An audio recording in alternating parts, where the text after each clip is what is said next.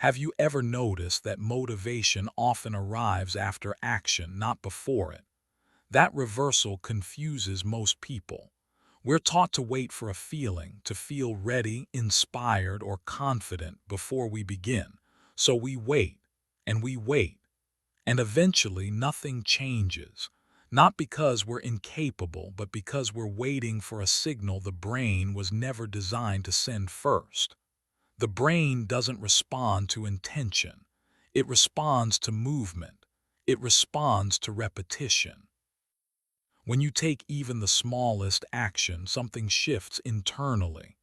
Resistance softens. Effort feels slightly lighter. Not because you suddenly became motivated, but because your brain registered progress. That's how it's wired. There are habits that take advantage of this design. Habits so simple they almost feel insignificant. They don't come with excitement. They don't create instant confidence. In fact, they're often dismissed because they don't feel powerful enough to matter. But over time, these habits quietly alter how your brain interprets effort, resistance, and reward. They lower the mental barrier to starting. They train your nervous system to associate action with safety instead of stress. As you listen, pay attention to what feels too simple to matter.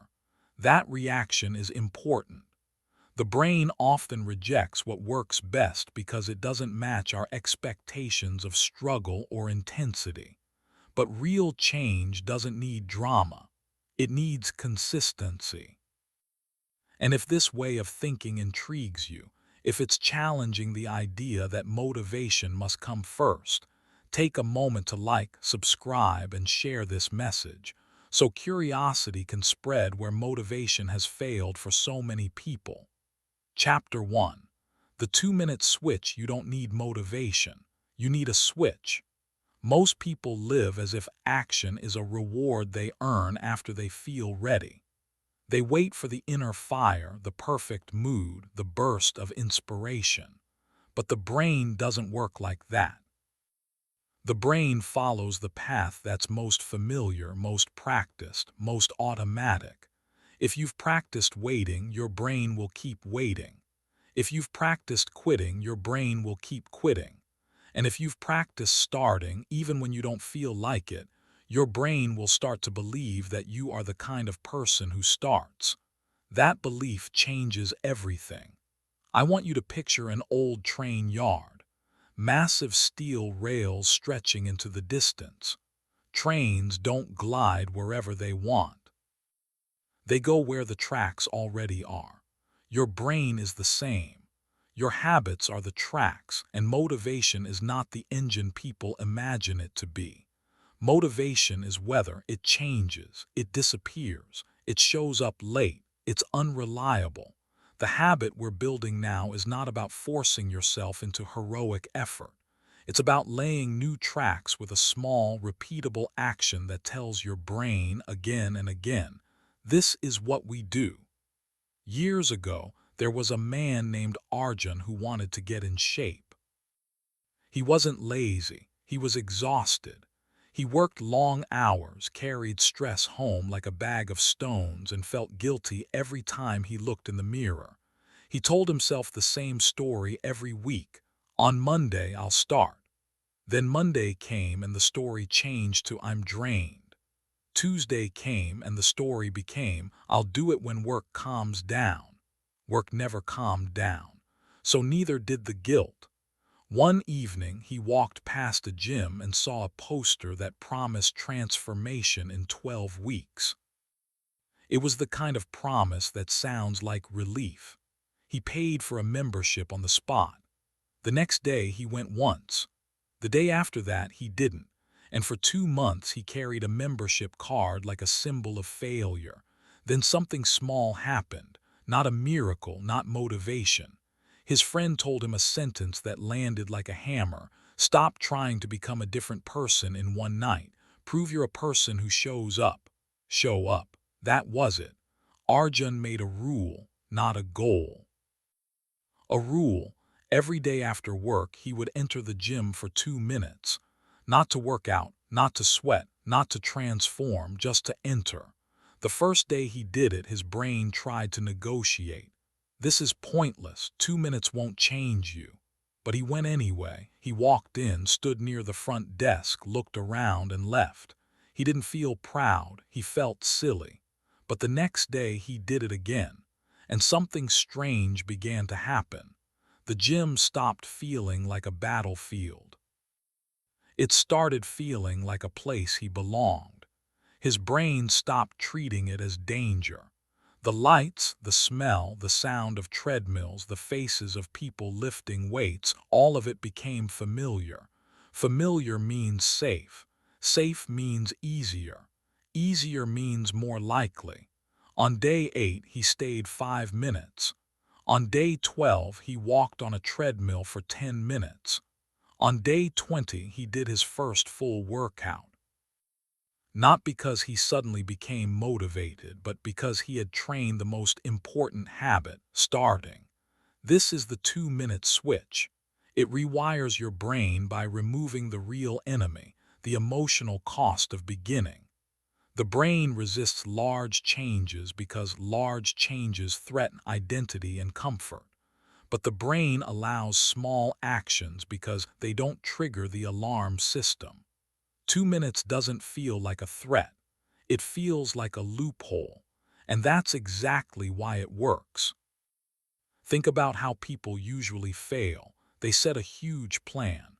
I'll wake up at 5, meditate, run, eat clean, read, journal, and build a side business. That plan isn't discipline, it's fantasy.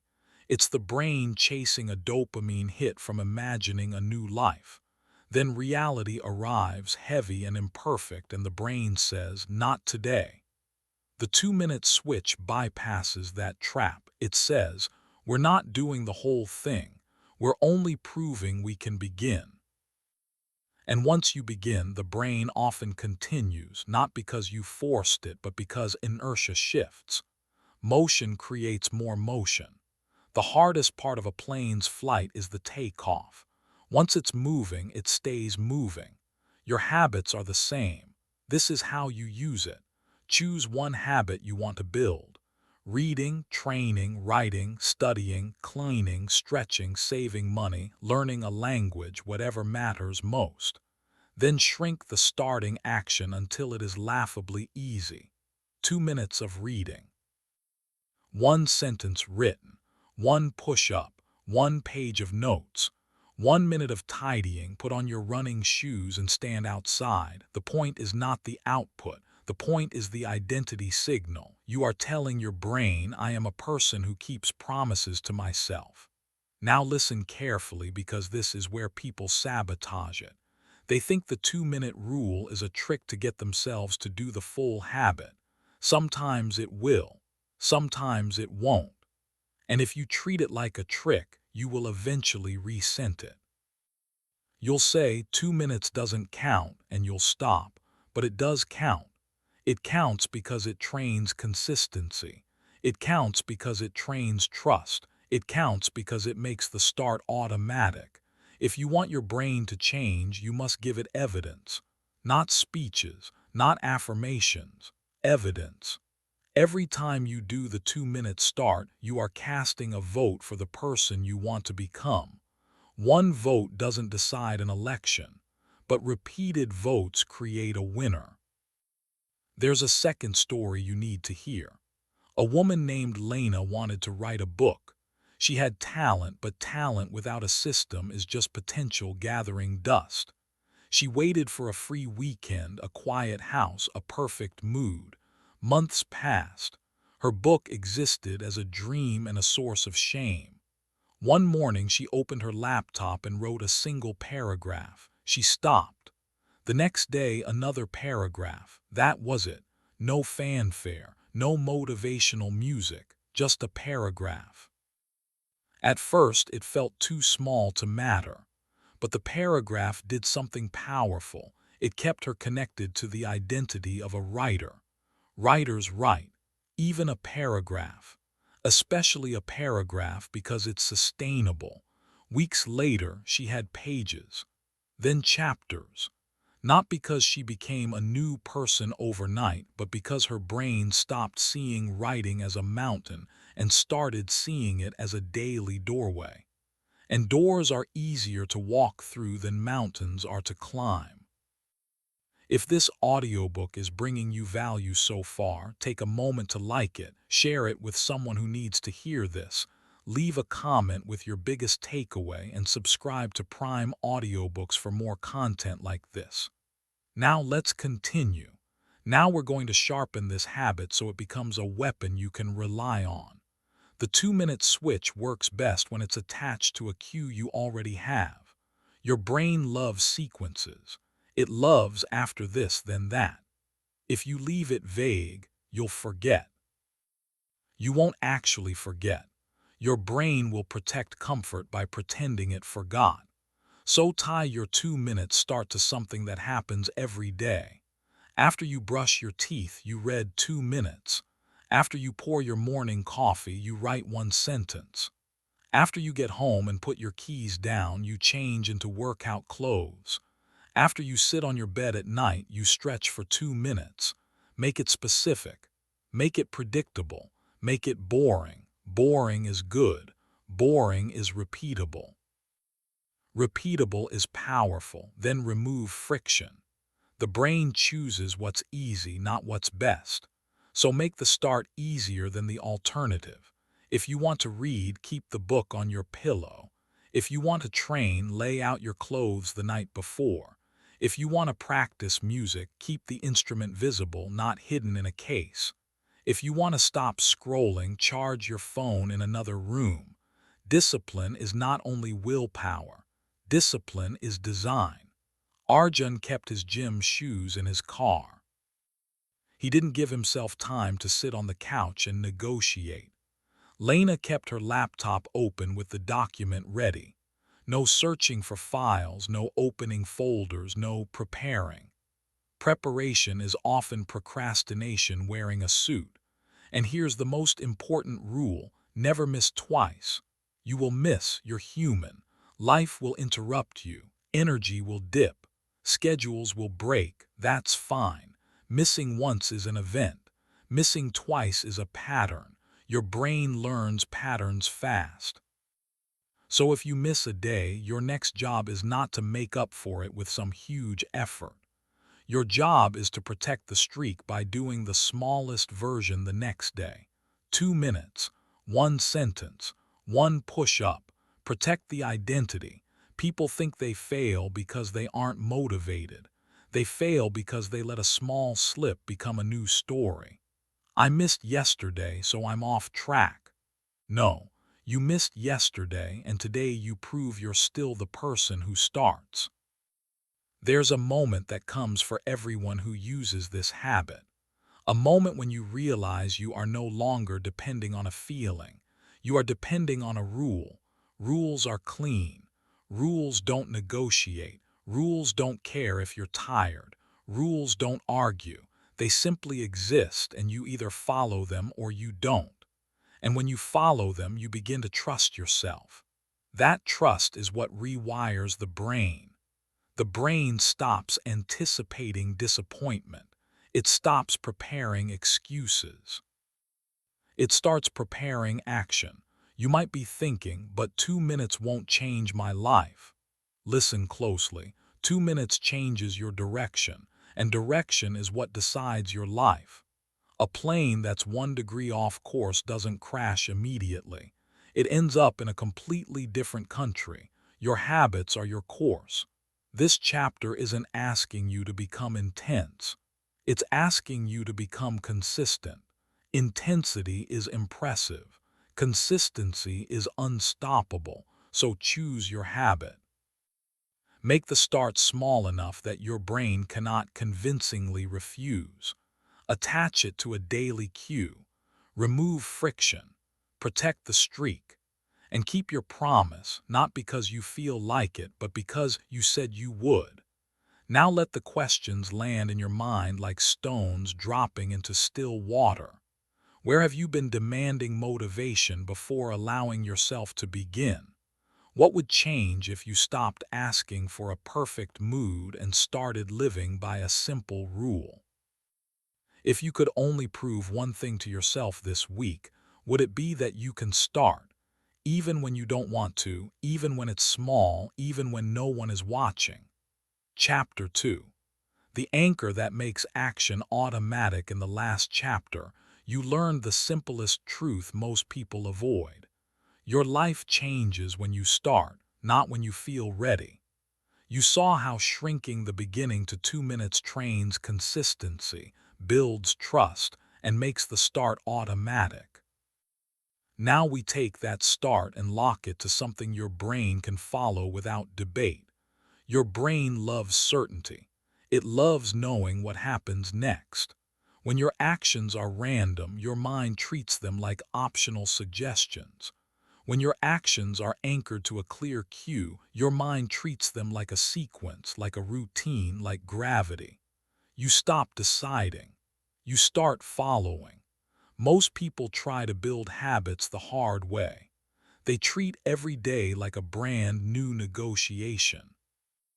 They wake up and ask themselves what they feel like doing. They check their mood like it's a weather report and then let it dictate their choices.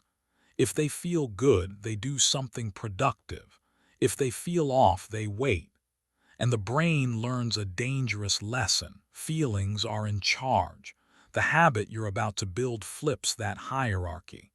It teaches your brain that the cue is in charge. Think of a lighthouse on a dark coast. Ships don't need motivation. They need a signal. A fixed light in a fixed place that says, "Here is the direction." Your anchor is that light. It doesn't need to be dramatic. It needs to be reliable. An anchor is one specific moment that triggers one specific action in one specific place with one specific opening ritual. Not a vague intention. Not sometime today. Not when I have time. A real, concrete sequence that turns your habit into a reflex. A man named Karim learned this the hard way. He wanted to learn coding and change careers. He bought courses, saved bookmarks, told everyone he was working on it. Weeks turned into months. He wasn't stupid. He wasn't weak. He was unanchored. Some days he tried late at night. Some days he tried on weekends. Some days he tried for 10 minutes, then quit because he couldn't get back into the lesson. Every attempt felt like starting over. One evening, frustrated, he noticed something. He never forgot to brush his teeth. He never needed motivation to do it. He simply did it because it lived in a sequence. Wake up, bathroom, brush. It was anchored. So he built an anchor for coding. Right after dinner, he would sit at the same corner of the table, open the laptop, and do exactly one tiny thing: review yesterday's notes for 2 minutes. That was his opening ritual, not the full lesson, not the hard part, just 2 minutes of reviewing. The first few days felt unimpressive, but something was changing underneath. He wasn't relying on a decision anymore. Dinner happened whether he felt like it or not. The table existed whether he felt inspired or not. The cue was stable, and stability is what the brain trusts. Soon, the 2 minutes of notes became 10 minutes of practice, then 30 minutes. And on days when he was tired, he still did the 2-minute ritual, which kept the chain alive and kept his identity intact. He didn't need heroic effort. He needed a reliable trigger. That's what an anchor does. It turns action into the next step in a familiar loop. Here, that's why this rewires your brain. Your brain is a prediction machine. It is constantly guessing what comes next based on what happened before. When a cue consistently leads to an action, the brain starts preparing for that action before you even begin. It shifts resources, attention, and readiness. It reduces the mental friction. You feel less resistance, not because life got easier, but because your brain stopped treating the habit as a surprise. Surprise costs energy. Routine saves energy. Most people think they need more willpower. What they really need is fewer decisions. Every decision drains you. Every should I invites debate. Debate invites delay. Delay invites guilt. Guilt invites quitting. Anchors remove debate. To build an anchor, you need three things: a cue, a location, and an opening ritual that is so simple you can do it on your worst day. The cue must already exist in your life. Something you already do without negotiation. Waking up, making coffee, showering, getting dressed, sitting at your desk, eating lunch, putting your kids to bed, locking the door, plugging in your phone at night. You're not trying to invent a new life from scratch. You're attaching your new habit to a life you already live. The location matters because the brain ties behavior to context. A bed signals sleep. A couch signals comfort. A desk signals work. If you want a habit to become automatic, give it a consistent stage. Stop trying to do deep work in the same place you scroll and snack. Stop trying to train in the same spot where you collapse after a long day. Your brain reads environments like instructions. Then comes the opening ritual. This is the most overlooked part of habit building.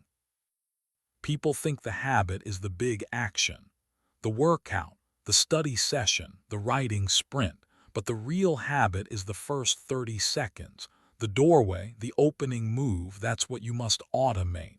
A young woman named Mira wanted to meditate daily. She tried sitting down and forcing herself to do 20 minutes. She lasted 3 days. Then she stopped, and because she stopped, she told herself she wasn't the type. That story hardened. Later, she approached it differently. She made her anchor right after she placed her phone on charge at night. The cue was charging her phone. The location was a cushion she left by her bed. The opening ritual was sitting down and taking 3 slow breaths. That was it. Some nights she continued for 10 minutes. Some nights she did only the 3 breaths. But she never missed the anchor. Within a month, something shifted. Sitting down no longer felt like a demand. It felt like a natural close to her day, like washing her face.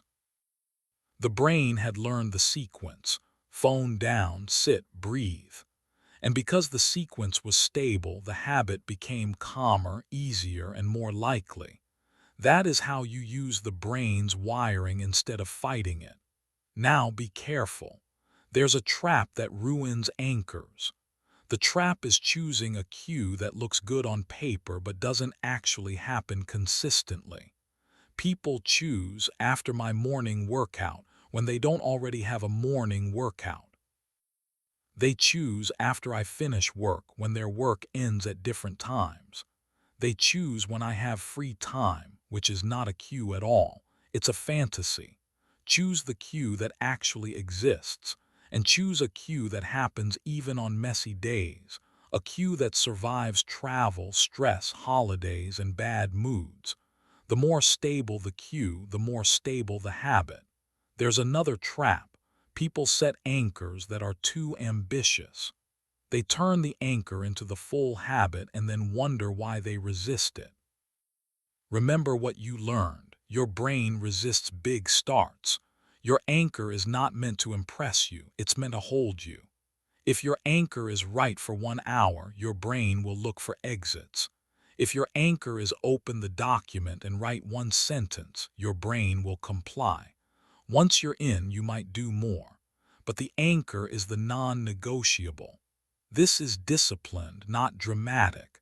Picture a door with a heavy lock. Most people try to kick it down once a week with huge effort, and then they collapse. The anchor is the key. You use it daily, quietly, reliably, and the door opens. Now let's bring this into real-world pressure, because pressure is where habits are tested. A man named Daniel was a father of 2 with a demanding job. He wanted to read more, not for entertainment, but to sharpen his mind and build a future. He bought books and stacked them on his nightstand. They became a decoration. Every night he told himself he would read, and every night he collapsed into his phone. He didn't need a lecture, he needed an anchor, so he changed one thing. He moved his phone charger to the kitchen, and he anchored reading to one cue. The moment he got into bed, he would pick up the book and read one page, one page. The first week, he did exactly one page most nights, but something happened. One page became three. Three became 10. Not because he became a new person, but because he removed the competing cue. The phone was no longer in the bed environment. The bed became a reading environment again. The anchor turned reading into the default. This is what it means to rewire without motivation. You are not relying on willpower.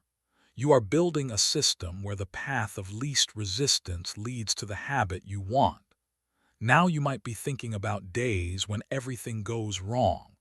The anchor still works, but you must build a backup version.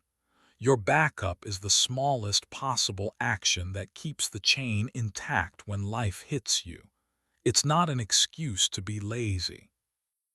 It's a strategy to stay consistent. If your habit is training, your backup might be one set of body weight squats. If your habit is writing, your backup might be one sentence. If your habit is studying, your backup might be reading one paragraph and highlighting one line. The backup is your identity insurance policy. It tells your brain, we don't disappear when it's hard. We downshift and stay in the lane. That's how you keep the track you laid in Chapter 1 from being abandoned. A strong anchor also has a clear end. This is another secret that disciplined people use without even realizing it. When the brain knows a task has an end, it resists less. An undefined task feels like a trap. A defined task feels like a container. So if your habit is focused work, set a timer. Not because you're weak, but because you're strategic. 20 minutes, 30 minutes, whatever you can repeat. When the timer ends, you stop. You leave the session with a sense of completion, not burnout. Completion builds confidence. Burnout builds avoidance.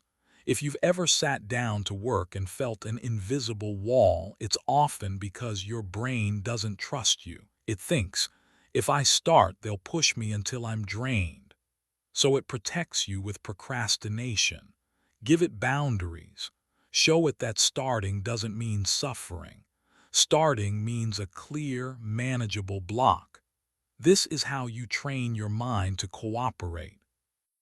Now let's make the anchor even more powerful by adding one more element, a phrase you repeat before you begin, not a motivational quote, a simple command that marks the transition from one state to another. Karim used open and begin. Mira used 3 breaths. Daniel used 1 page, short, concrete, direct. The phrase becomes part of the ritual. It's like a referee's whistle. It signals the start. Over time, the phrase itself becomes a trigger and your brain starts shifting into the habit mode as soon as you say it. Your phrase should be so simple it can't become a speech. No poetry, no drama, a command. Now notice what we're doing. We're building a chain. Cue, location, opening, ritual, phrase, small start, defined end, backup version. This isn't complicated. It's precise. Precision is what makes habits automatic. Let's talk about the emotional side because your brain is not a robot. It remembers how habits made you feel. If your habits have been tied to shame, your brain will resist them. If exercise has been punishment, your brain will avoid it. If studying has been humiliation, your brain will delay it. If budgeting has been fear, your brain will ignore it. Anchors let you rewrite the emotion. Because the anchor is small and repeatable, it allows you to succeed repeatedly. Success changes emotion. And emotion changes identity. When Daniel read one page, he didn't feel crushed by how far behind he was. He felt like a reader again. When Mira took 3 breaths, she didn't feel like a failure for not doing 20 minutes. She felt like someone who returns to herself daily. When Karim reviewed 2 minutes of notes, he didn't feel overwhelmed by the mountain of skills he needed. He felt like someone who is in the game. That feeling matters. Not because you need to chase feelings, but because repeated feelings become beliefs. Beliefs become behavior. Behavior becomes your life. The anchor is not only a productivity tactic, it is a way to teach your brain a new story. I do what I said I would do. Now there's one more hard truth. If you want anchors to work, you must stop treating your time as an open field that everyone can walk across.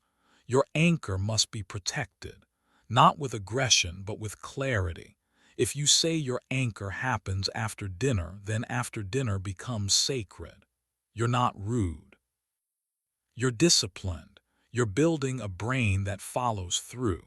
That brain will later create opportunities, confidence, and freedom. People will always want something from you. The world will always provide noise. Your job is to decide what your anchor is worth. And if you're thinking, my life is too unpredictable, then your anchor matters even more. Unpredictable lives need stable rituals. A stable ritual becomes a handrail. You don't need a perfect schedule. You need one reliable point in the day where you prove to yourself that you're not drifting. Let it be small. Let it be consistent. Let it be yours. If you choose one anchor this week, make it the one that strengthens everything else. Sleep, movement, focus, learning, clean food, calm. Pick the habit that makes the next habit easier.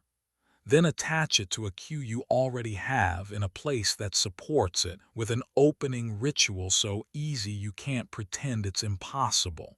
Your brain is always learning.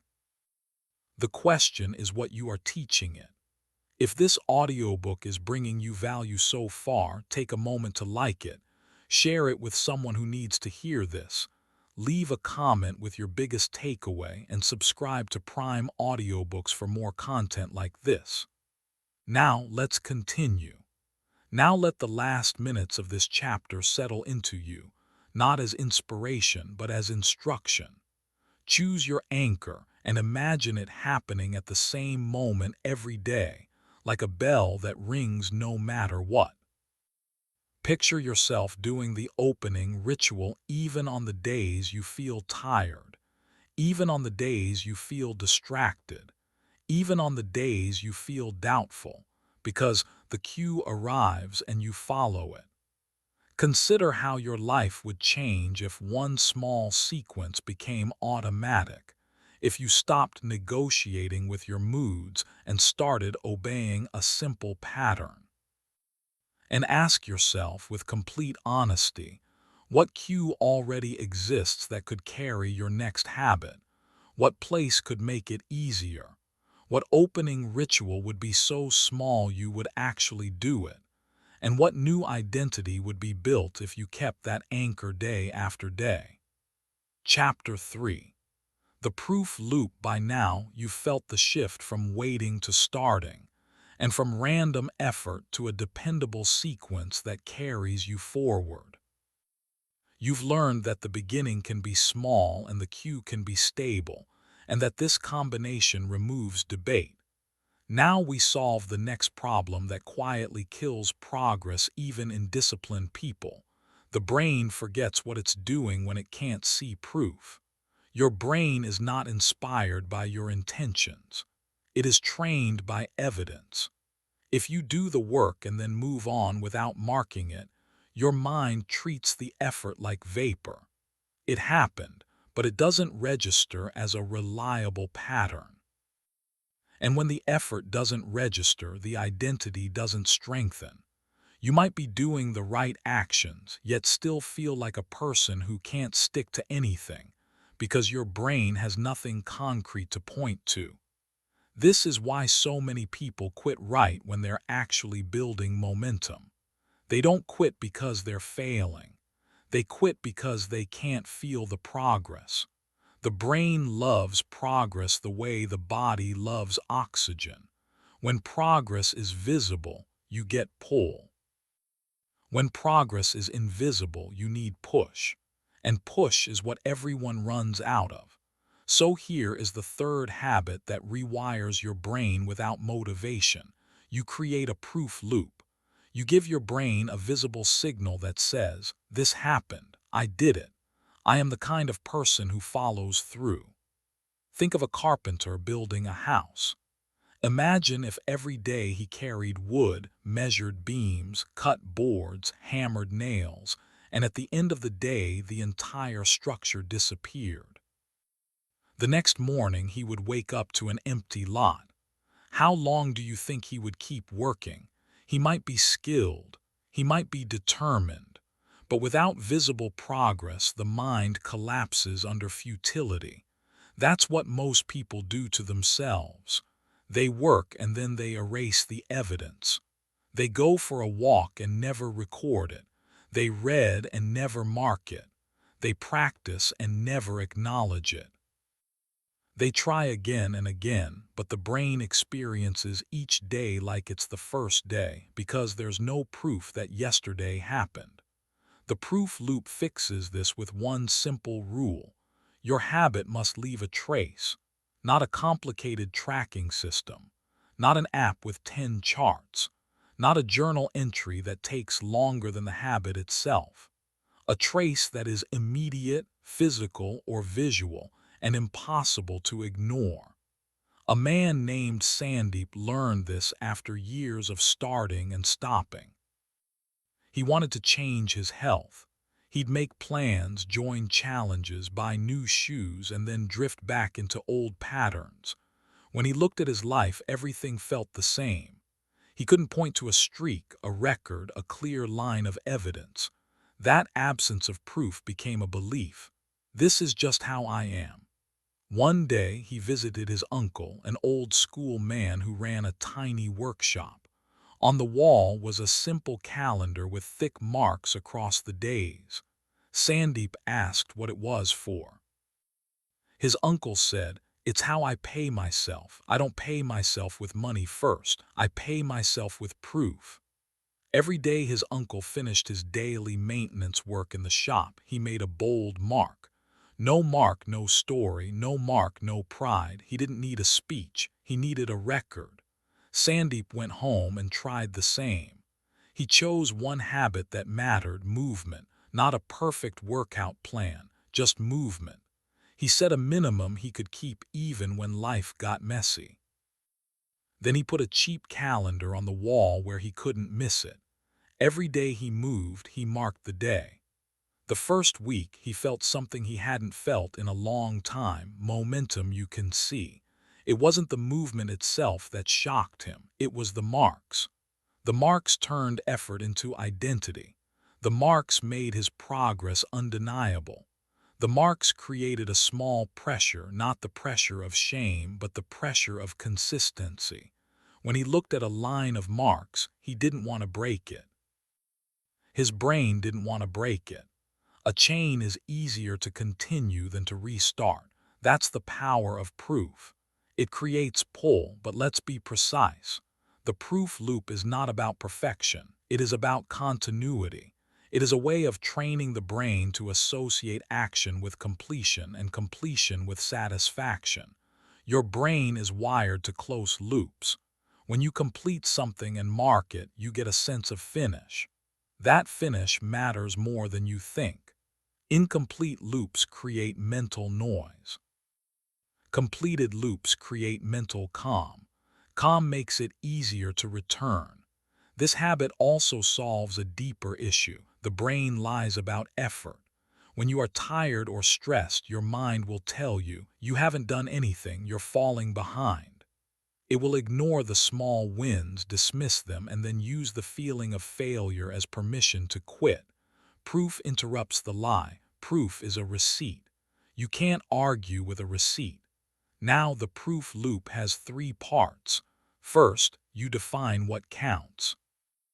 Second, you record it immediately. Third, you make the proof visible. Defining what counts is where disciplined people separate from wishful thinkers. Most people define success in a way that guarantees disappointment. They say, it only counts if I do a full workout, a full chapter, a full hour. Then life happens, they do a smaller version, and they label it 0. That is how you teach the brain that effort is pointless unless it is perfect. The disciplined approach is different. The disciplined approach defines a minimum that counts as a win, because the minimum is what keeps you in the game. The minimum is what protects your identity. This does not mean you settle for the minimum. It means you respect the minimum because it keeps the habit alive. Some days you will do more, and that's great. But the minimum is the floor that prevents collapse. A woman named Noor used the proof loop to rebuild her focus after a long stretch of burnout. She had a job that demanded constant switching between tasks. She tried to do deep work, but her mind felt scattered. She would sit down to concentrate, fail within minutes, then feel frustrated and quit. Her confidence was gone. She chose one simple habit, a daily focus session. She anchored it to a cue that already existed in her day, and she used a tiny start so she didn't resist. But she still struggled to stay consistent because her brain couldn't feel progress. So she created proof. She defined what counted as a win, 15 minutes of undistracted focus with her phone out of reach. Not 2 hours, not perfect flow, 15 minutes. She set a timer, did the session, and the moment it ended, she wrote a single line on a paper taped to her wall, the date and 15. That's it. The first week she had 5 lines. The second week she had 10. The third week she had 16. She didn't need motivation to keep going. She didn't want to break the record. Her brain began to trust her again, not because she felt better, but because she could see the proof that she was showing up. There's a quiet strength that comes from evidence. It changes the tone of your internal voice. The voice stops saying, "Why bother?" and starts saying, "This is what we do." Now let's talk about the second part. Record it immediately. If you delay the record, you weaken the loop. Your brain needs the connection between action and proof to be immediate, like touching a hot stove and pulling your hand back. Immediate feedback teaches fast. Delayed feedback teaches slowly. So the moment you finish the minimum, you mark it. You don't mark it in advance. You don't mark it later. You mark it as a closing ritual, a stamp at the end that tells your brain, completed. That stamp is not childish. It is neurological training. It is you teaching your brain to crave completion instead of craving comfort. The third part is visibility. If your proof is hidden in a phone app you never open, it doesn't change your day. If it's buried in a notebook you forget, it doesn't pull you forward. Visibility creates honest pressure. Visibility turns your environment into a coach. This is why a wall calendar works so well. This is why a jar of tokens works so well. This is why a simple checklist on your fridge works so well. You see it without trying. It reminds you without nagging. It tells the truth without emotion. Let's make this practical. Imagine you choose the habit of reading. Your minimum is 1 page. After you read 1 page, you make a mark on a calendar, or you move 1 coin from one pocket to another jar, or you draw a line on a card. The method doesn't matter. The trace matters. Now imagine you choose the habit of training. Your minimum might be a short sequence you can do anywhere. After you do it, you mark it. Now the day has a win. Now your brain has evidence. Now you are less likely to sabotage yourself with the belief that today doesn't count. The proof loop also protects you against a dangerous emotional pattern, the all-or-nothing crash. When you have proof, a missed day is a single blank spot, not a total collapse. Without proof, a missed day becomes a story. I always fail. Proof keeps it factual. It turns drama into data. Data is easier to correct than drama. But you must use this habit with discipline, not obsession. The point is not to worship the record. The point is to train consistency. Some people turn tracking into a new form of self-judgment. They stare at the calendar like it's a courtroom. That defeats the purpose. The calendar is not there to punish you. It's there to remind you that you are building something. You are not proving your worth. You are proving your direction. There's another layer that makes the proof loop even stronger. It's called the win statement. After you mark the proof, you say one sentence to yourself quietly without drama. I keep my word. Not I'm amazing. Not I'm unstoppable. Just I keep my word. Because the real target here is not the habit. The real target is the identity. Habits are how identity is forged. And identity is what carries you when motivation disappears. Sandeep didn't become consistent because he loved exercise. He became consistent because he became a man who could look at a wall and see his word kept day after day. Nor didn't become focused because she found the perfect productivity hack. She became focused because she rebuilt trust with herself, 15 minutes at a time, recorded in ink. You might be thinking, I've tried tracking before and I stopped. That's because you tracked the wrong thing, or you tracked in a way that added friction, or you tracked too many habits at once. The proof loop works best when it is simple, singular, and clean. One habit, one trace, one visible record. When you try to track 5 habits, the tracking becomes a burden, and anything that feels like a burden will be resisted. The proof loop should feel like a small reward, a satisfying click at the end of the action. A simple way to make it feel rewarding is to make the mark bold. Not tiny, not hidden. A thick stroke with a marker. A satisfying sound of a token dropping into a jar.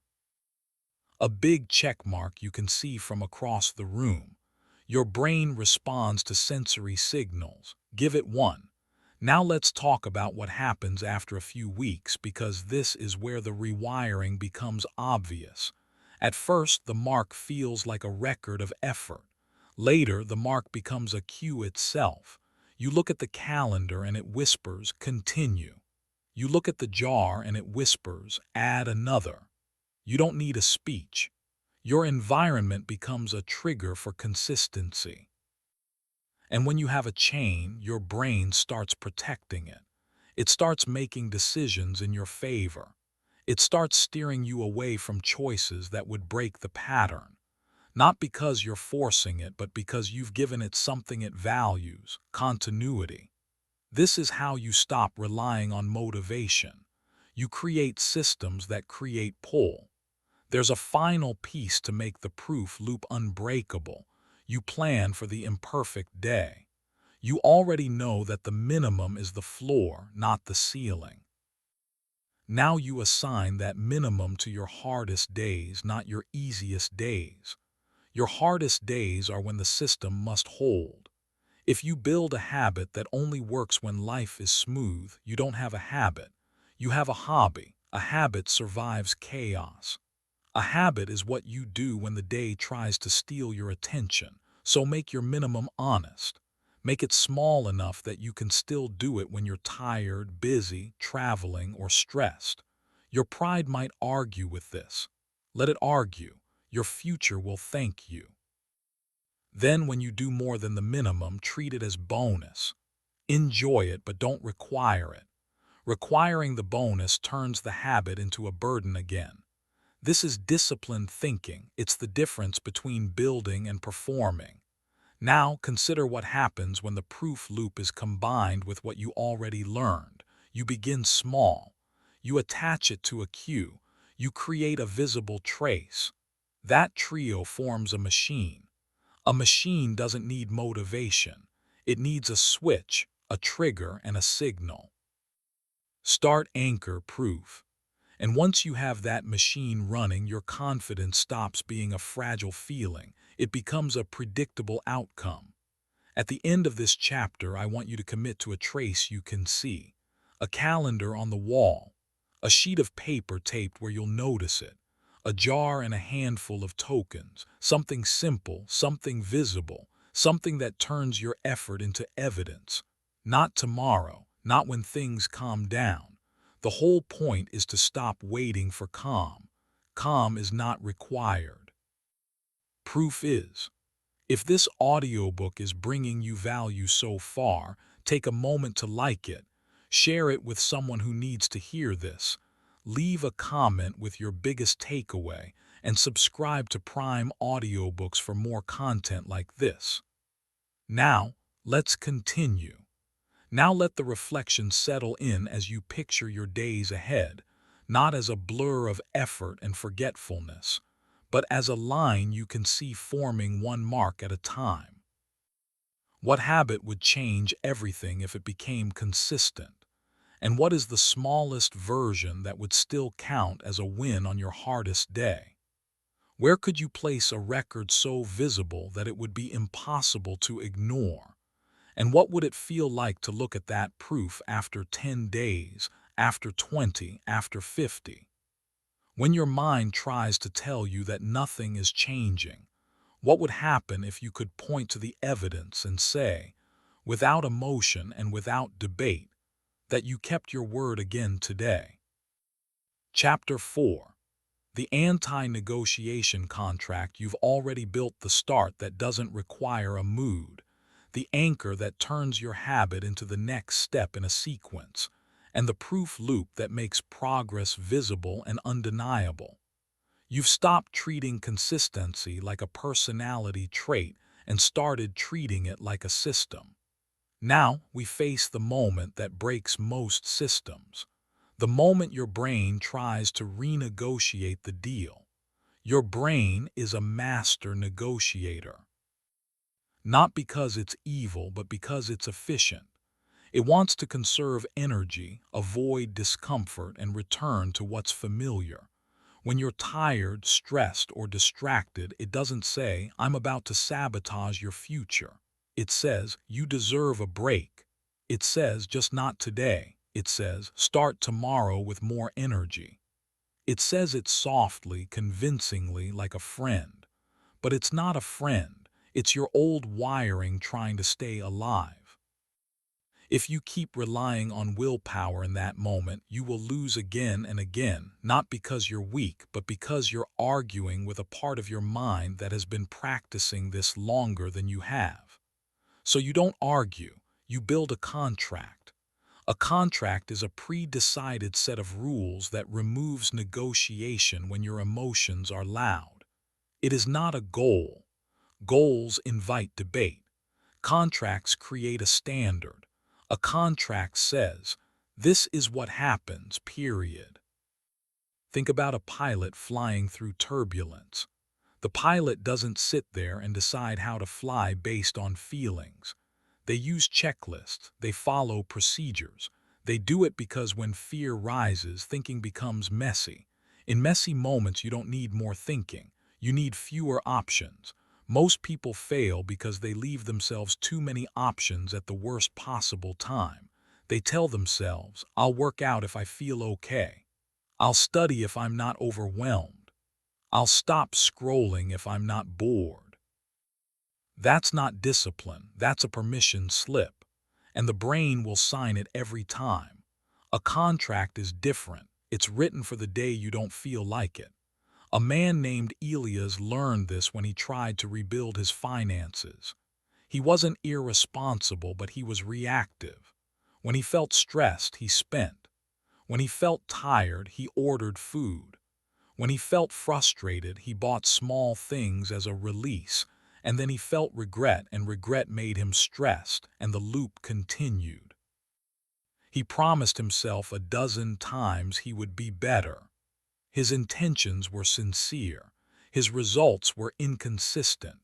1 month after a painful look at his bank statements, he stopped making promises and started making rules. He didn't try to become a saint. He tried to become predictable. He wrote a simple contract for himself. Not a long list. Not a complicated plan. A contract with 3 lines because anything more would become something to avoid. The first line: if he wanted to buy something not essential, he would wait 24 hours before purchasing. The second line: if he felt the urge to spend because of stress, he would take a 10-minute walk first. The third line: every time he got paid, he would transfer a fixed amount immediately before he did anything else. He wasn't trying to feel motivated about money. He was building automatic behavior. The first time he wanted to buy something impulsively, the urge came like it always did. It felt normal, it felt justified. But then the contract showed up, 24 hours. The contract gave him a pause he didn't used to have. The pause didn't remove the urge, but it interrupted the automatic response. And that interruption is where the brain rewires. He walked for 10 minutes not to become calm, but to obey the contract. When the walk ended, half the time the urge had softened. The other half of the time it was still there, but now he was choosing, not reacting. 24 hours later, he sometimes still bought the thing, but it wasn't impulsive anymore. It was deliberate. And because it was deliberate, it happened less often and it hurt less when it did happen. That's what a contract does. It doesn't make you perfect. It makes you less automatic in the wrong direction and more automatic in the right one. Now bring this into the habits you're building. Your 2-minute switch gets you started. Your anchor gets you to the place at the right time. Your proof loop marks the win. But the contract protects all of it when life hits you sideways, because life will hit you sideways. There will be days when you miss your cue, days when you walk into your home and everything in you wants to collapse, days when the phone feels like anesthesia, days when the smallest task feels heavy. Those are not the days to improvise. Those are the days to follow the contract. A contract has 2 parts. The first part is your non-negotiable minimum. You already understand the power of the minimum. The contract locks it in. It says, no matter what, this is the floor. Not because the floor is impressive, but because the floor keeps the identity alive. The second part is your response plan for predictable obstacles. You don't wait to see what happens. You decide now what you will do when it happens. Most people treat obstacles as surprises, and that's why they panic. But your life has patterns. Your obstacles have patterns. You already know what derails you. You already know the moments when you drift, the environments where you slip, the emotions that trigger the old behavior. The contract turns those patterns into triggers for the right response. A woman named Tara was trying to build a training habit. She could do it for a week or two, then something would happen. A late meeting, a family obligation, a night of poor sleep. She would miss a day, then she would miss another. And then the story would arrive. I've fallen off. I'll restart next week. Next week would become next month. The problem wasn't that she didn't know how to work out. The problem was that she didn't know what to do when the plan broke. Her plan only worked in perfect conditions, and perfect conditions are rare. So she built a contract for the broken day. She wrote it down as if she were speaking to her future self, the version of her that would be tired, rushed, and tempted to quit. She decided that if she missed her usual workout time, she would do a 10-minute backup routine before she showered at night. If she felt too exhausted for even that, she would do 2 minutes of movement, then mark it as her proof and call it a win. If she missed a day, she would never miss 2 in a row. She didn't beg herself. She didn't bargain, she decided. Then she tested it in real life. A late meeting happened. The old pattern tried to start. It's ruined. Start tomorrow. But she didn't have to think. The contract made the decision for her. That night she did the 10-minute backup. It wasn't glorious. It was Instagram-worthy, but it was decisive. It protected her identity. It protected her chain. A week later, she had a bad sleep. The contract showed up again, 2 minutes. She did 2 minutes. She marked it. She went to bed. The next day she was back, not because she was motivated, but because she was not negotiating with fatigue. This is the difference between people who are consistent and people who are talented but stuck. Consistent people don't have better moods. They have better rules. Now let's make your contract sharp and usable. Your contract should be short enough that you can remember it under stress. 3 to 5 lines is plenty. If you write 10 lines, you'll forget half of them and ignore the rest. The goal is not to create a masterpiece. The goal is to create obedience. Your contract should also be written in the language of action. Not "I will try," not "I should," not "I hope." Contracts don't hope. Contracts execute. It should include the minimum, the backup, and the guardrail. The minimum is the smallest version that counts as a win.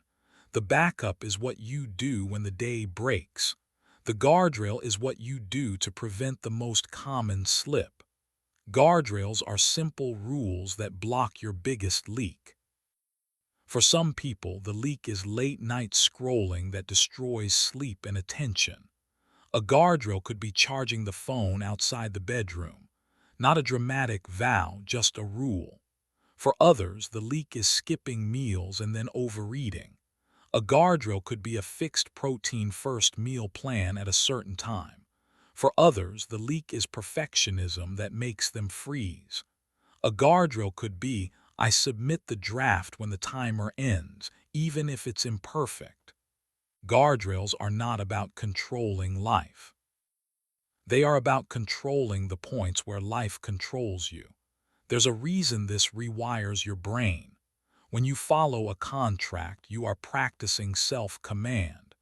You are teaching the brain that feelings can exist without being obeyed. That is a major neurological shift. Most people believe the urge is a command. They feel it and they follow it. The contract teaches a new belief. The urge is information, not instruction. You can feel tired and still do the minimum. You can feel bored and still choose the habit. You can feel stressed and still follow the guardrail.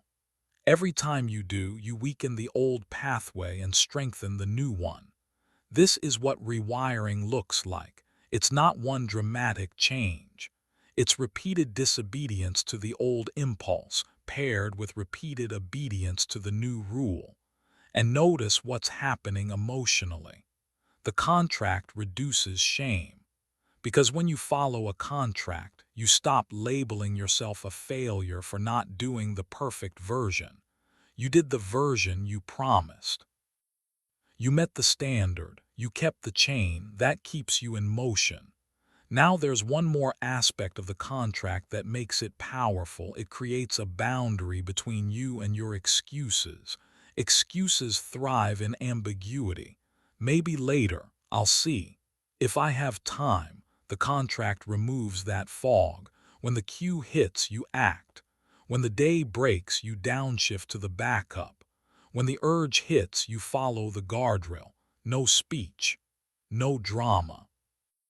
This also means you must stop negotiating with people who benefit from your inconsistency. Not everyone will support your contract. Some people won't understand why you protect your time. Some people will pull you back toward the version of you that was always available, always accommodating, always postponing your own goals. They don't mean harm, but their comfort with you will sometimes conflict with your growth. The contract helps you be calm and firm. You can say no without explanation. You can keep your anchor protected. You can follow your rule without needing permission, because the brain rewires fastest when behavior is consistent, and behavior becomes consistent when you reduce negotiation. There's a final story that ties this together. A man named Jonah wanted to stop waking up late and rushing through his mornings. He kept setting alarms and snoozing them. The snooze button was his pattern. Every morning he promised he would stop, and every morning the promise evaporated. So he wrote a contract specifically for the wake-up moment, the moment when the brain is most emotional and least logical. His contract was simple. When the alarm rang, he would count down from 5 and sit up. Not think about sitting up, sit up. Then his feet would touch the floor. Then he would drink a glass of water he left beside the bed. That was it. He didn't try to plan his whole morning. He built a contract for the first 30 seconds. The first week was ugly. He didn't enjoy it. He didn't feel inspired, but he followed the rule more often than not. Then something changed. The alarm became less of a battle. His body started anticipating the sequence. The brain began preparing for the action rather than preparing for negotiation. Within a month, the snooze button felt strange, like an old habit that no longer fit. Not because he became a different person by magic, but because he trained a new response until it became normal. That is the contract at work. It turns fragile intention into predictable action. So decide your contract. Keep it short. Make it actionable. Include your minimum, your backup, and your guardrail. Write it somewhere you'll see it. Read it once a day for a week, not as a motivational ritual, but as a reminder of the rules you live by. And then the real work begins, following it when you don't want to. That's the moment your brain rewires. If this audiobook is bringing you value so far, take a moment to like it. Share it with someone who needs to hear this. Leave a comment with your biggest takeaway, and subscribe to Prime Audiobooks for more content like this. Now, let's continue. Now let these reflections land as you picture the next week not as a test of motivation, but as a test of your rules. What is the smallest non-negotiable minimum that would keep your identity alive even on your worst day? And what backup will you execute when the plan breaks so you never fall into the restart cycle again? What predictable obstacle has been stealing your consistency for years? And what single guardrail rule would block it without requiring daily willpower? When the familiar excuses arrive, will you treat them as a command, or will you treat them as noise while you follow your contract? And what would your life look like 1 month from now if you stopped negotiating with your impulses and started obeying your standards? Chapter 5. The night before blueprint. Up to this point, you've stopped waiting for a mood and learned how to start small. Attach that start to a reliable cue, leave visible proof, and protect it all with a contract that ends negotiation. You've built a machine that doesn't depend on inspiration. Now we install the part that makes the machine run smoother every single day. You stop building your life in the morning and start building it the night before. Most people wake up and immediately begin spending their mental energy on decisions. What should I do first? What can I skip? What do I have time for? What's urgent? What's too hard? Those decisions feel normal, but they are silent leaks. They drain your clarity before your day even starts. Then when it's time to do the habit, you're already tired of choosing and your brain reaches for the easiest comfort. This habit rewires you by removing that leak. The night before blueprint is a closing ritual that turns tomorrow into a path with fewer forks. It's not planning your entire life. It's setting the first domino. Because once the first domino falls, the rest follows with far less resistance. Picture a stage before a performance. The audience doesn't see the crew taping marks on the floor, setting props, testing lights, placing microphones. But without that setup, the show becomes chaos. The performers stumble, the timing breaks, the energy dies. Your day is the same. If you want consistent performance, you must become your own crew. There was a time when a woman named Rhea felt like her life was always behind. She worked long shifts and carried responsibility like a weight on her chest. She wanted to train her body, improve her focus, and stop living in a constant state of reaction. But every morning she woke up rushed. She would tell herself she would take care of herself after work. Then work would take everything, and after work she would collapse. She felt trapped in a loop that looked like laziness from the outside but felt like drowning on the inside. One night, after yet another day where she promised herself she would do better tomorrow, she realized something that changed her. Her mornings weren't failing because she lacked ambition. Her mornings were failing because she was entering them unprepared. She was walking into a fight without armor. So she made one decision. She would stop asking her morning brain to be a hero. She created a night ritual that took less than 10 minutes. After she ate dinner, before she allowed herself to sink into the couch or scroll or drift, she did the same small sequence. First, she set the next day's training clothes in one place where her hands would naturally go. Not in a drawer, not folded neatly somewhere invisible, out in the open like an invitation.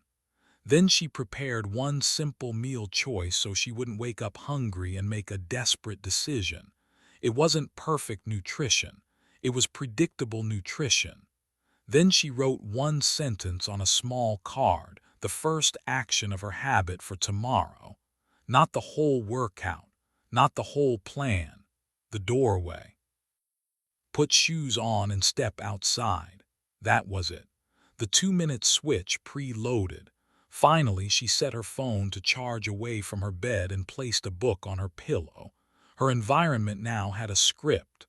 The next morning, she didn't feel magically motivated, but something was different. There were fewer decisions.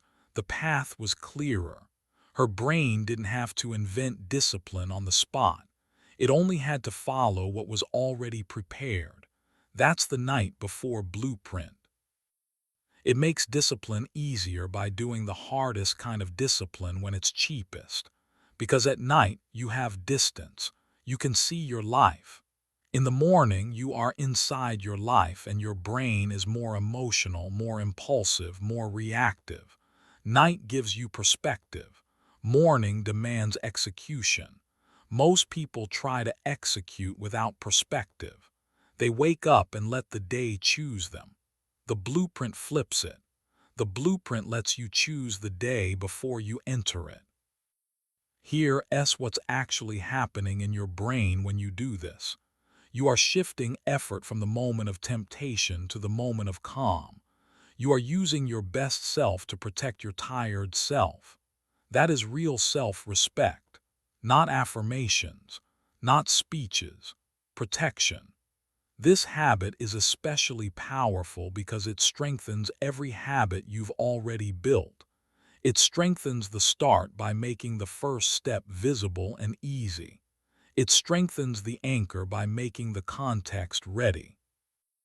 It strengthens the proof loop by making it more likely you'll earn the mark.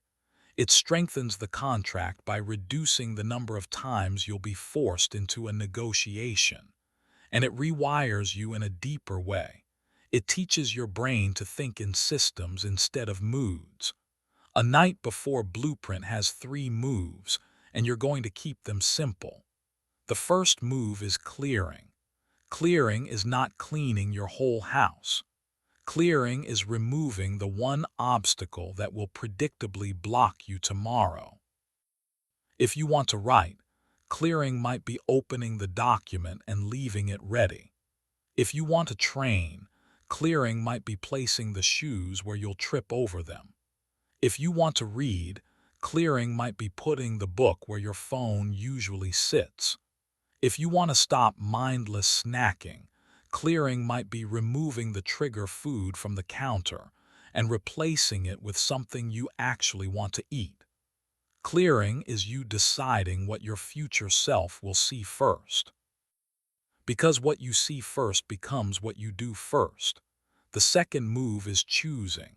Choosing means you decide tomorrow's minimum in advance. Not because you don't know what you want, but because you don't want to negotiate when your energy is low.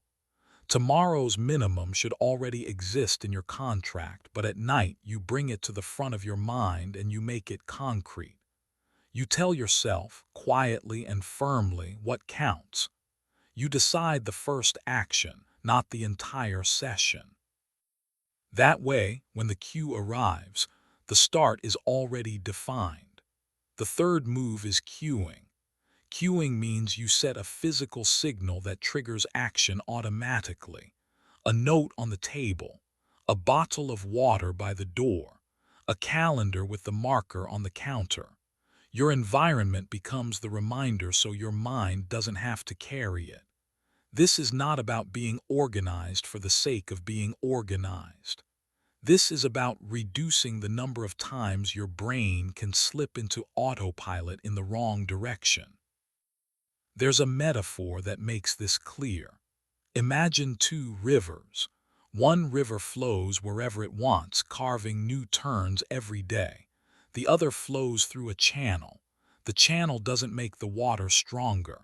It makes the water predictable. Your night before blueprint is the channel. You are channeling your energy toward the person you said you'd be. Now let's look at how this plays out in the real world, where days are messy and people are tired. A man named Omar wanted to build a focused work habit. He had ambition, but his mornings were swallowed by messages, urgent tasks, and distractions. He would start his day by reacting to what demanded attention, and by the time he remembered his real priorities, his mental energy was scattered. He told himself he needed better time management, but time management wasn't the problem. The problem was that he was starting his days without a first domino. He built a blueprint. Each night he wrote down the single most important task for the next day and the exact first action that would begin it. Not work on project. That's vague. He wrote open the file, write the first paragraph, or draft the first 3 slides, or outline the first 5 points. He then set his desk so that when he sat down, everything was ready. No searching, no rearranging, no warm-up tasks disguised as productivity. The first action was waiting for him. The next morning, before he looked at anything else, he executed the first action. Not because he felt inspired, because the blueprint made it almost embarrassing not to. The file was already open. The note was already there. The first domino was already upright and waiting for a push. Over time, his brain started associating mornings with completion instead of chaos. That shifted his entire identity. He stopped seeing himself as someone who was always catching up. He became someone who started the day by choosing, not reacting. This is a quiet kind of power, and it scales. If you want to build movement, your blueprint sets the close. If you want to build learning, your blueprint leaves the lesson ready and the first question written down. If you want to build finances, your blueprint schedules the transfer or places the budget sheet where you'll see it. If you want to build sleep, your blueprint sets the room, sets the phone away, sets the wind down cue. You don't need to blueprint everything. One or two habits is enough to change your trajectory. Now there is a common mistake people make here. They turn the night before blueprint into a long ritual. They create a ceremony. They add too many steps. They start feeling like it's another task. And when it feels like another task, they skip it. Keep it short. Keep it practical. Keep it under 10 minutes. Because the blueprint is not the main event. The blueprint is the setup for the main event. It should feel like setting a table, not hosting a banquet. There's another mistake that's even more dangerous. People use the blueprint as a substitute for action. They plan beautifully, set everything up, and then don't execute. This happens when planning becomes a way to feel productive without facing discomfort. The blueprint must remain what it is, a tool that serves action, not a performance, not a hobby, a tool. And the way you prevent that mistake is simple. The blueprint always ends with a commitment to the smallest start. You don't just set things out. You decide in advance the first move you will do no matter what. That keeps the blueprint connected to behavior. This habit also has an emotional side, and it matters. When you blueprint at night, you reduce anxiety. Anxiety often comes from vague responsibility. I should do so much. The blueprint turns vague responsibility into one concrete start. When the mind knows what to do first, it calms down, and a calm mind is more obedient. You're not trying to feel calm so you can act. You're acting in a way that creates calm. There's a deeper identity shift happening too. When you blueprint at night, you are treating yourself like someone worth preparing for. You are not throwing your future self into the day unarmed. You are saying, "I've got you." That creates self-trust. And self-trust is the foundation under everything you're building.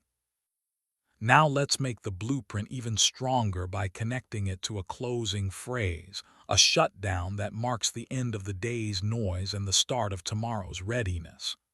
Choose a simple sentence you say when you finish the blueprint. Something like, "Tomorrow is set," or "The first move is ready," or "I've prepared the path." The phrase is not for motivation. It is for closure. It tells your brain the loop is complete. You cleared, you chose, you queued, done. Then you stop thinking about it. This is important. The blueprint is not an invitation to obsess. It is a permission to rest. You did your part. Now you sleep. Over time, this changes how you experience your life. Days stop feeling like random storms. They start feeling like something you steer. And that steering, repeated nightly, is rewiring. You're building a brain that does not need to be convinced each day. You're building a brain that follows prepared pathways.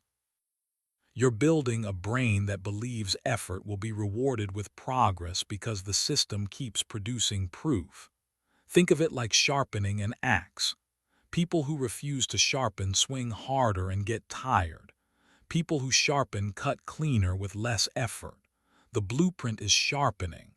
You are reducing the cost of tomorrow's discipline. Now bring it all together inside one scene. It's late. You're tired. Your old self would drift into distraction. Tell yourself you'll start tomorrow and wake up with the same weight. But your new self stands up for a few minutes and builds the runway.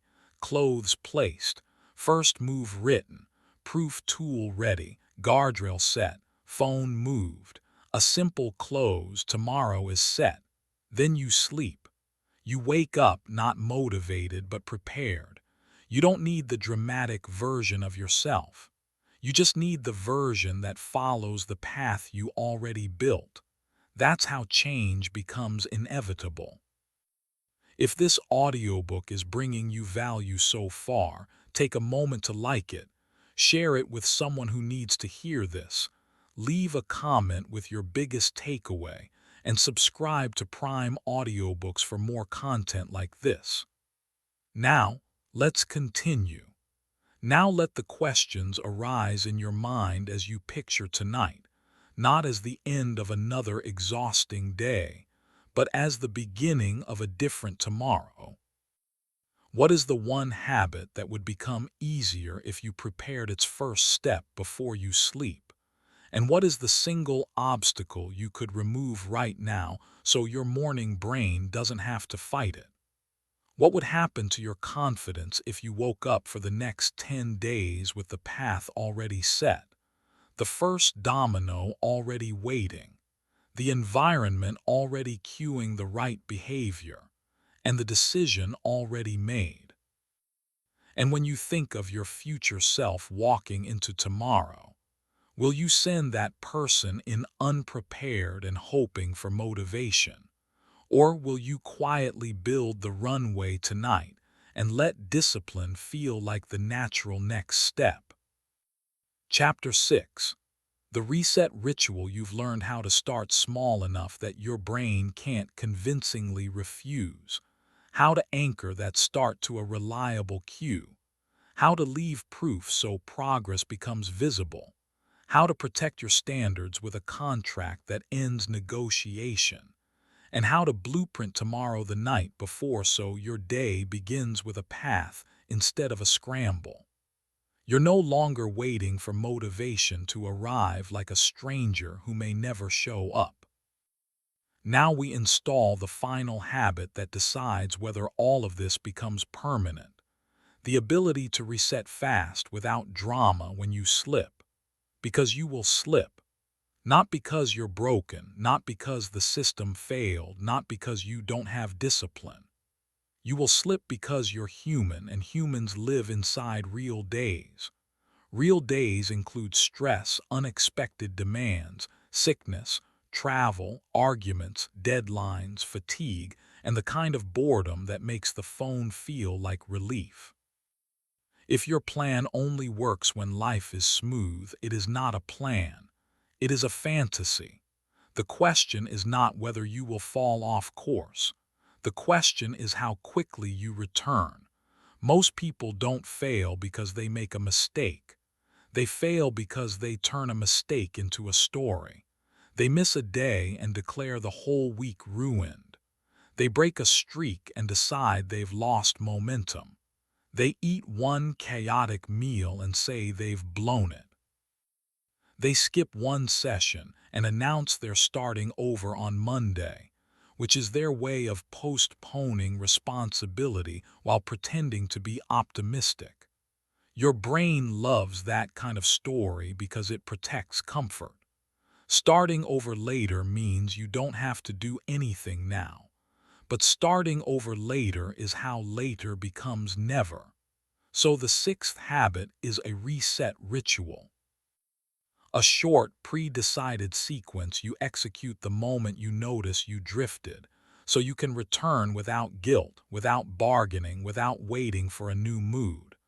The reset ritual rewires your brain by teaching it a new rule. The slip is not the end, it is the cue. There's a reason this matters so much. The brain learns fastest at emotional peaks. A slip creates an emotional peak. Shame, frustration, disappointment, anger. Most people respond to that peak by spiraling. They try to soothe the emotion with more comfort behavior, which strengthens the old wiring. The reset ritual uses the same peak for the opposite effect. It turns the moment of drift into a moment of discipline, and that changes the brain's prediction. When your brain learns that slipping leads to returning, it stops treating slips as permission to quit. It starts treating slips as a normal event that triggers a normal response. That's what makes change stable, not never slipping, returning quickly. A man named Vikram built this habit without realizing what he was doing at first. He was trying to quit late-night snacking. He was consistent for a while, then one stressful week hit. His work piled up, his sleep fell apart, and one night he stood in the kitchen eating mindlessly straight from a box. When he finished, he felt the familiar wave, disgust, guilt, the thought that said, "You always do this." In the past, that thought would have pushed him into a full collapse. If he was already bad, he might as well keep going. That was his pattern. But this time he did something different. Not because he was inspired, but because he was tired of starting over. He stood at the sink, ran water over his hands, and did a simple sequence he decided earlier after hearing a friend talk about how athletes recover after a bad play. He didn't punish himself. He didn't lecture himself. He reset. He put the food away. He filled a glass of water and drank it. He cleared the counter so the evidence of the slip didn't sit there like a taunt. He wrote one sentence on a note, "Reset now." Then he went to bed. It sounds almost too small to matter, but it mattered because it interrupted the spiral. He didn't undo the snack. He did something more important. He proved that he could return. The next day, he didn't try to make up for it with extreme restriction. He followed his minimum. He protected his identity. And for the first time, a slip did not become a collapse. That is the reset ritual at work. Now let's make it precise, because this is where people get vague and lose the power. Your reset ritual must be short enough to do in the moment. It must include an action that physically changes your state. It must include a return to your contract minimum. And it must end with a mark of proof, because proof is what tells your brain that you returned. The reset ritual is not a motivational speech. It is a procedure. Think of it like a firefighter responding to an alarm. They don't debate whether the fire is fair. They don't sit around feeling guilty about the fire. They move. They follow the steps. They contain the damage. They return to readiness. That's what you're doing with your mind. Here is what the reset looks like in practice. First, you interrupt. You physically break the loop, stand up, put both feet on the ground, wash your hands. Step outside for 30 seconds. Take one slow breath and let the exhale be longer than the inhale. The point is not calm for the sake of calm. The point is a state change that tells your brain the spiral is over. Second, you clear. Remove the trigger or the evidence. Close the laptop if you've been doom scrolling and put it away. Put the snack away. Put the phone in another room. Move the open tabs off your screen. Your environment is not neutral. It is either pulling you forward or pulling you backward. Clearing is you refusing to sit inside the trigger. Third, you return. You do the smallest version of the habit that counts. Not tomorrow, not after you feel better, now. If you drifted from your focus habit, you set a timer for 5 minutes and do one small task. If you drifted from movement, you do 2 minutes of movement.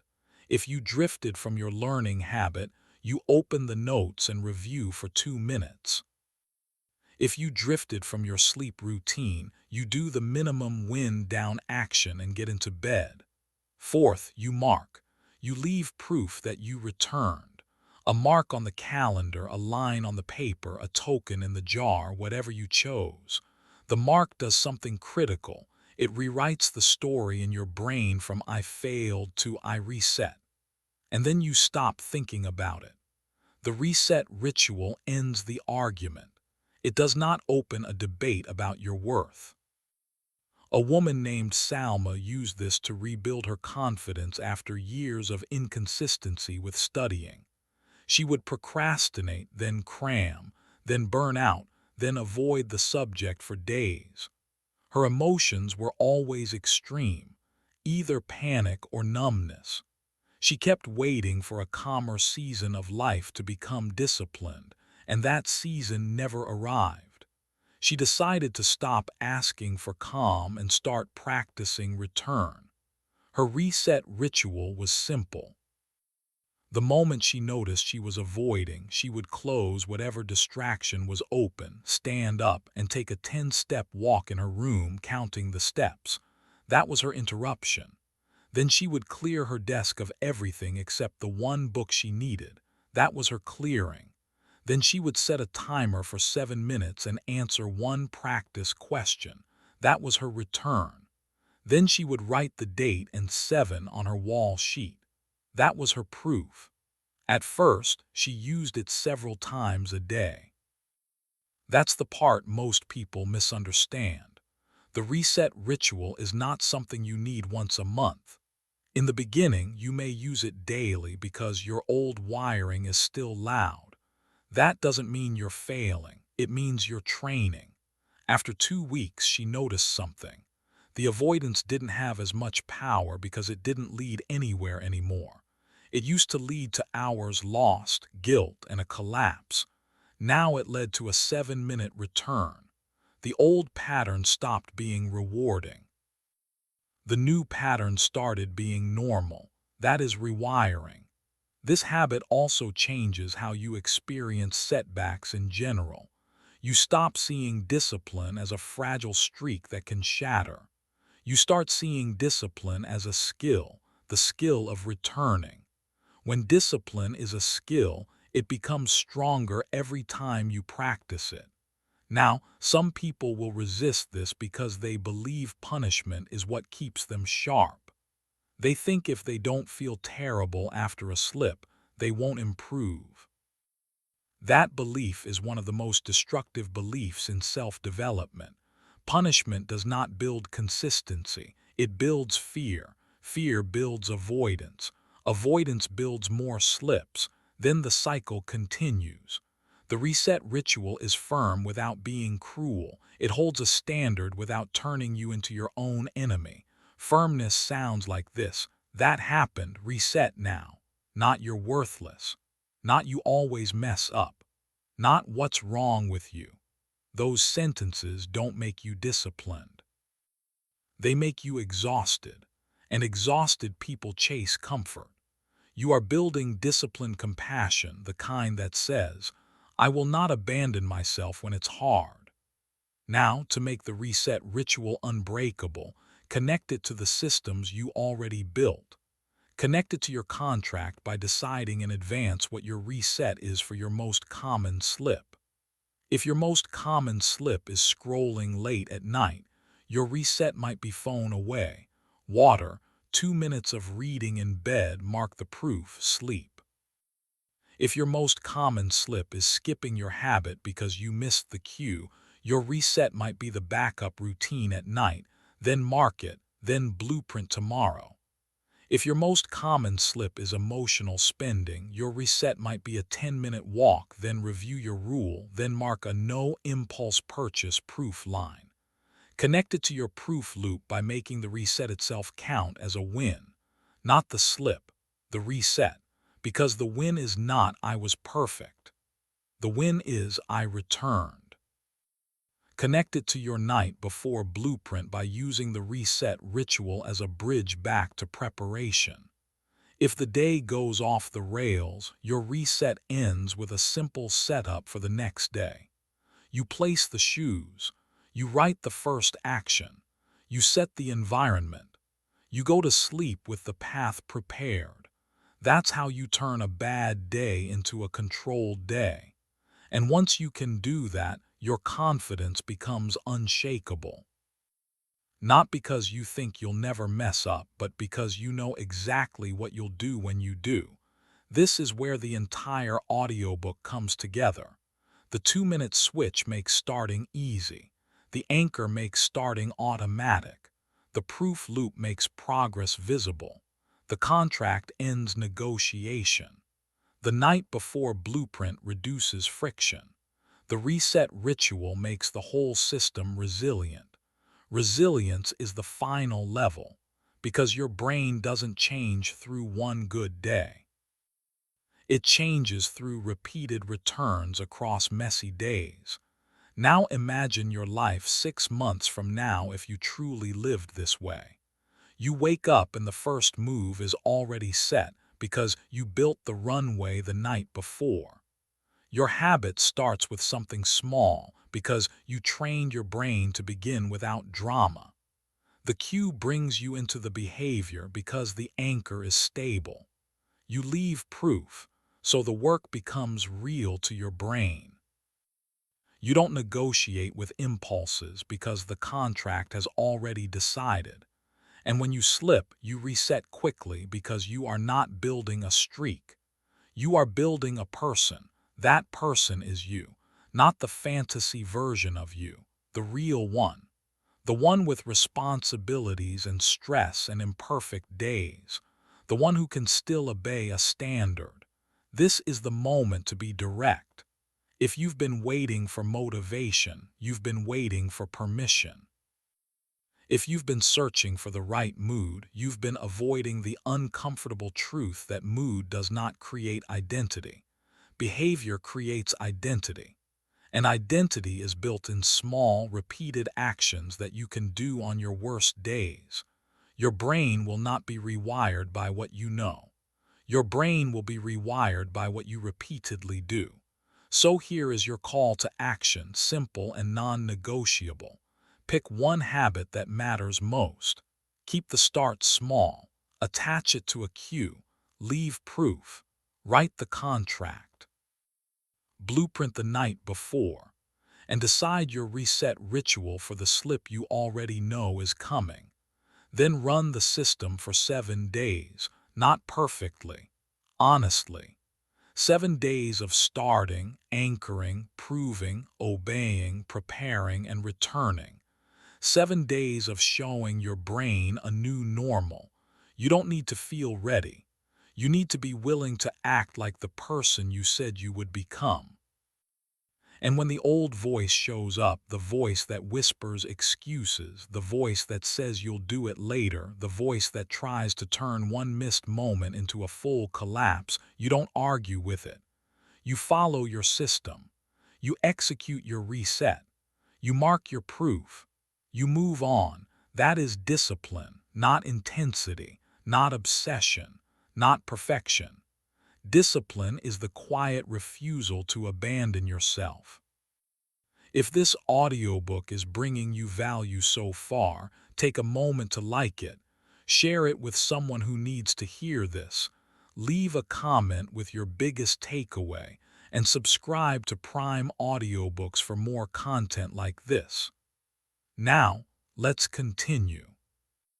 Now let the final reflections settle as you picture the next version of your life being built from ordinary moments rather than extraordinary feelings.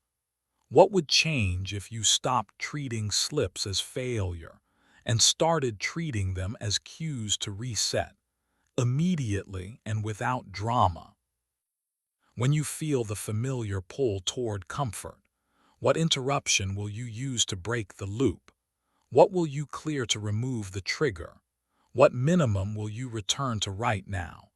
And what proof will you leave so your brain can't deny that you came back? If you ran this system for a week, then a month, then a year, who would you become?